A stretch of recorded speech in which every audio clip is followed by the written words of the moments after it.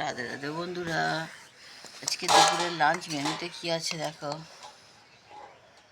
আজকে আছে সাদা ভাত,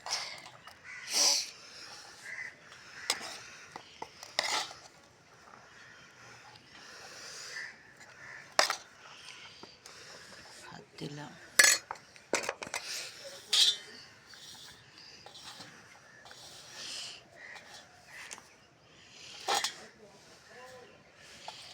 নুন দিলাম, একটু বেশি দেওয়া হয়। এখানে আছে কলমি শাক ভাজা, মাঠ থেকে তোলা কলমি শাক, শাক ভাজা, আর এখানে আছে ডিমের ঝোল।